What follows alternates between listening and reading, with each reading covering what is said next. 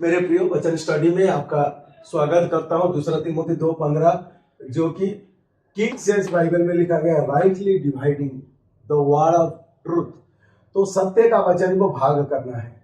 तो क्रूस के बाद हम लोग देखते हैं प्रभु यीशु मसीह जब क्रूस के बाद का उनका जो सेविकाई था, वो चीज को हम लोग थोड़ा समझेंगे, क्योंकि क्रूस तक यीशु मसीह ने जो सारा विषय को बोला था, सिखाया था, वो सारा यहूदी लोगों के बीच में सिखाया गया था और यहूदी के बीच में सेविकाई था। तो उसको भविष्यवाणी का सेविकाई कहा जाता है, भविष्य प्रोफेटिक टाइम कहा जाता है, टाइम। तो ये समय जो है वो जेनेसिस से लेकर आता है वो जॉन तक, या फिर आप एक्ट्स चैप्टर 8 तक समझ सकते हैं ये बात को। तो ये प्रोफेसी में जाता है। पर एक्ट्स 9 में जब पौलुस आता है तो वो मिस्ट्री अर्थात उसको प्रकाशन दिया जाता है पौलुस को। तो ये जो भविष्यवाणी है ये इजरायली लोगों के लिए है, यहूदी लोगों के लिए है। पर ये जो मिस्ट्री है, जो प्रकाशन को समझे, जो पौलुस के शिक्षा को समझे, उनको मसीह का देह कहा गया। ना उन्हें इजरायली और ना यहूदी कहा जाता है, क्योंकि ये सब अन्य जाति के लिए रहा।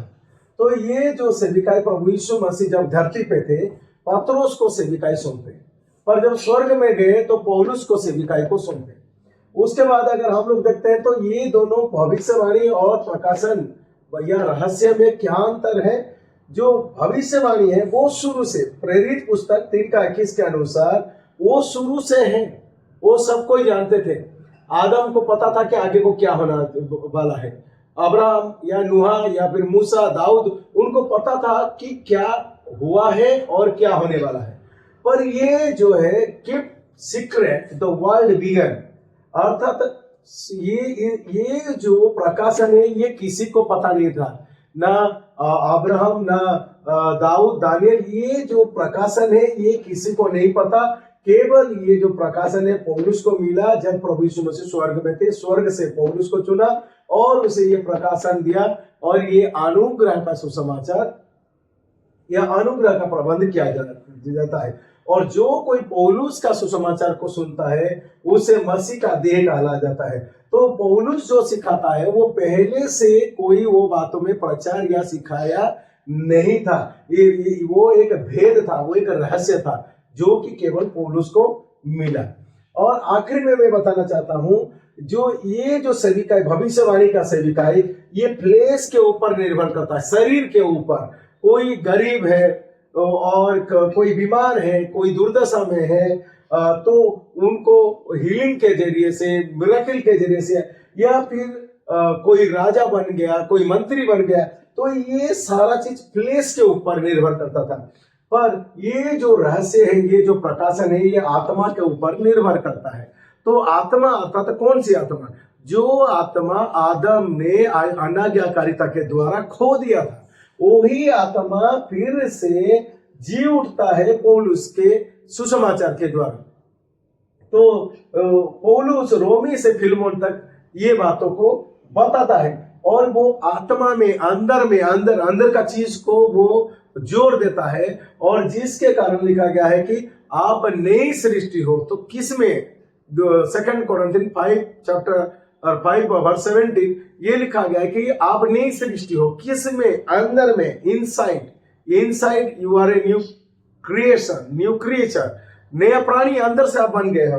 तो आपके लिए ये है, आप प्रकाशन आपके लिए है, मसीह का देह आप है, आपके लिए प्रेरित जो है वो पौलुस है। इसलिए रोमी चैप्टर 11:13 ये कहता है कि पौलुस अन्य जाति का प्रेरित है। सो अगर हम जेंटाइल है, हम अन्य जाति है, तो हमारा प्रेरित पौलुस है। और पौलुस जो चीज को सिखा रहा है वो पहले से कभी सिखाया नहीं गया था, इसलिए ये दोनों अलग है। इसको मिक्स मत कीजिए। ये कई बार हम लोग मिक्स कर देते हैं, इधर से थोड़ा वचन, इधर से थोड़ा इधर।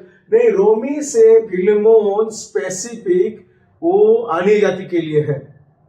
सारा पूरा वचन, पूरा बाइबल तो परमेश्वर के प्रेरणा से लिखा गया है, पर स्पेसिफिक हम अन्य जाति है, हमारे लिए लिखा गया है रोमी से फिलेमोन तक। वचन को भाग कीजिए, वचन को देखिए। हम यहूदी नहीं है, हम इजरायली नहीं है, हम अन्य जाति है। तो यहूदी लोगों के लिए परमेश्वर का प्रबंध अलग था और अन्य जाति के लिए उसका प्रबंध अलग है। तो अन्य जाति के लिए क्या प्रबंध है पौलुस कहता है।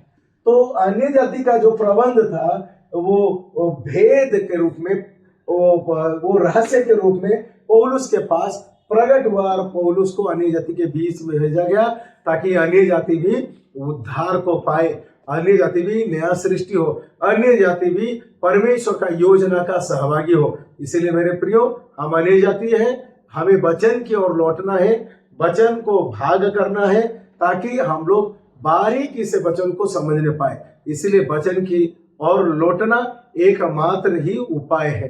धन्यवाद सबको।